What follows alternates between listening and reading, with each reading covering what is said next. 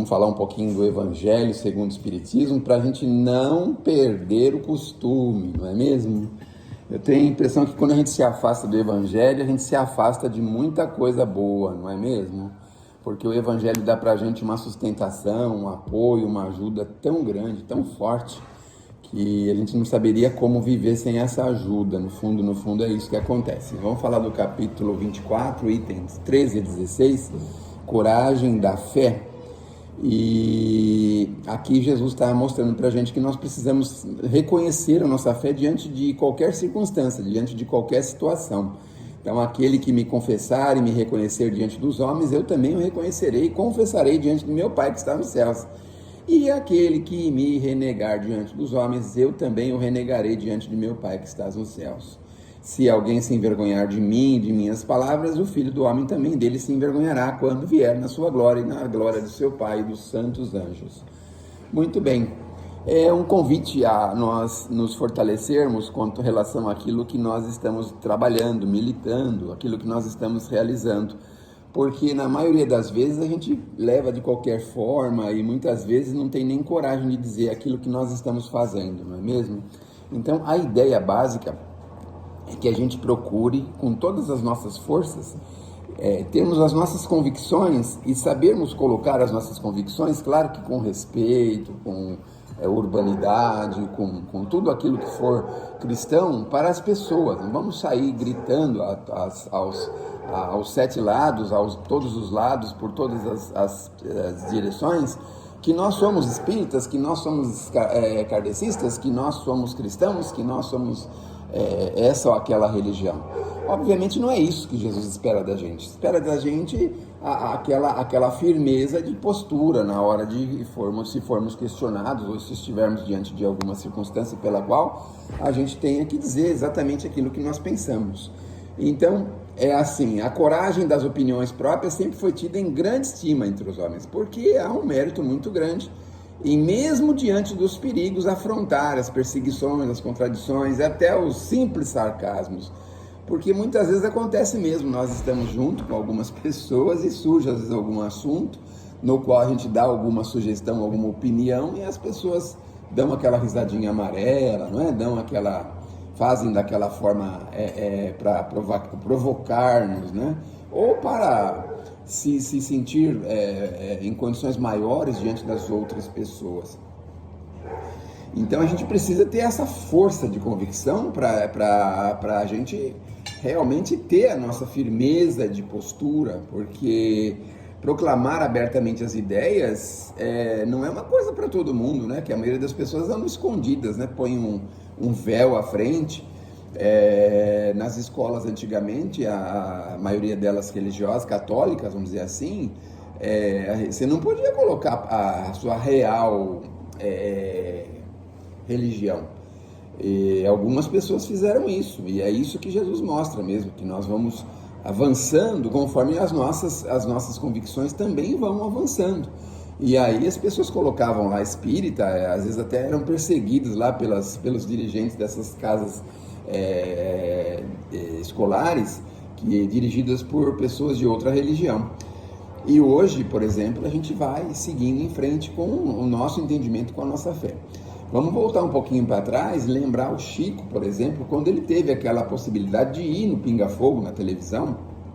Todo mundo já deve ter ouvido falar, alguns de nós até assistiu esse Pinga Fogo, e lá o Chico foi afrontado por diversos religiosos, inclusive alguns fizeram até perguntas para ele relativo à religião, mas o Chico estava muito preparado, estava bem acompanhado e respondeu de uma forma bastante assim cristã, porém de acordo com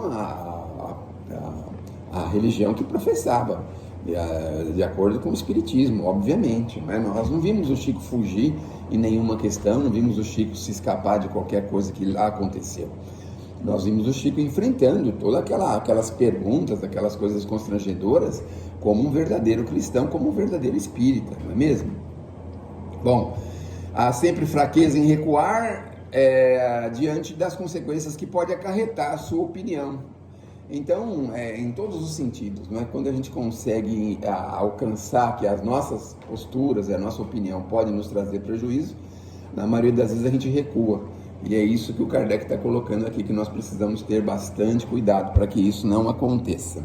Seguindo, Jesus profliga essa covardia do ponto de vista especial de sua doutrina, dizendo que alguém se envergonhar de suas palavras, desse também ele se envergonhará, que renegará aquele que o haja renegado, que reconhecerá perante o Pai que está nos céus, aquele que confessar diante dos homens. Ou seja, aqueles que houverem se arreciado de se confessarem discípulos da verdade não são dignos de serem admitidos no reino da verdade. Perderão as vantagens da fé que alimentem, porque se trata de uma fé egoísta, que eles guardam apenas para si. Porque no fundo, a gente sabe que a nossa vida e a nossa forma de viver é capaz de inspirar também outras pessoas que vêm vindo atrás da gente, não só familiares, filhos, netos, essas coisas, mas também as pessoas que vêm atrás. Então, quando a gente não consegue colocar a nossa postura como ela deve ser, o que acontece? Acontece que as pessoas que vêm vindo atrás também ficam em dúvidas, ficam assim perdidas, né? Vamos dizer assim, porque elas não encontram um parâmetro de direção. Então, quando a gente tem firmeza naquilo que a gente faz, naquilo que a gente fala, a gente ajuda as pessoas a irem na direção, no mesmo caminho, no mesmo sentido. Então, acho que pelo que a gente percebe, a maior divulgação, a maior forma que nós temos de divulgar a nossa religião, na verdade nem é só falando, não é só dizendo que é isso, é aquilo outro, mas agindo da melhor forma que for possível, da forma mais cristã possível. Porque a gente tem a sensação de que hoje as pessoas não querem saber das outras que religião elas têm, elas querem saber o que a pessoa faz, qual é o sentido prático da coisa, qual é a ação que as pessoas têm, e não simplesmente rotular as pessoas desta ou daquela direção, porque tem muita gente rotulada de espírita que não chega nem perto do espiritismo, assim como tem muita gente rotulada como católico que está muito longe da religião católica, e assim os protestantes e todas as outras. Não basta apenas se nominar, se autonominar. A gente também precisa agir de acordo com aquilo que nós professamos. No fundo também é isso, né? Então, não devemos ocultar justamente porque nós precisamos aprender a expandir a doutrina, divulgar a doutrina.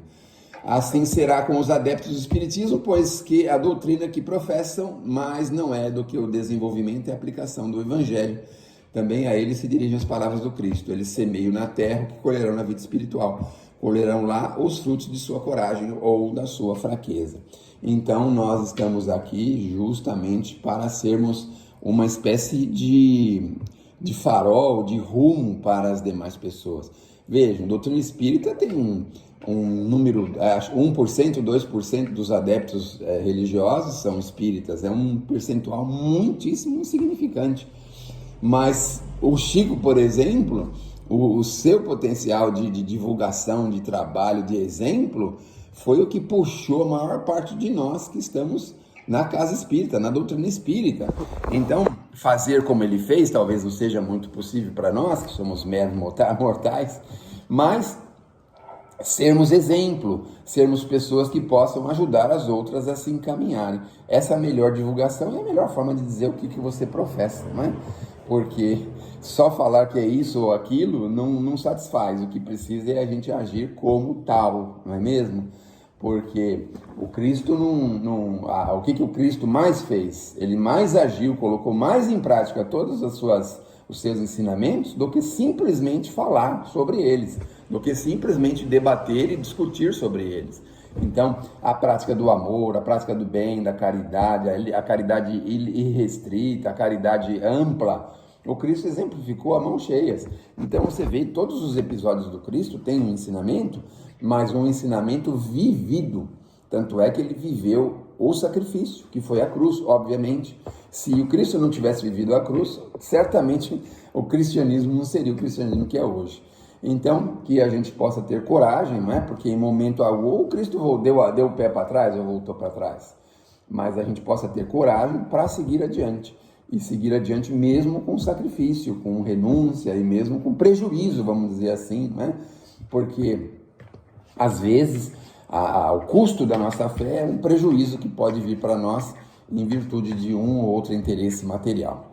Que Deus nos abençoe, que Jesus nos ilumine e que possamos ser fortes para não só divulgar a nossa fé, mas também, diríamos assim, proclamá-la, né, diante de todos aqueles que convivem com a gente.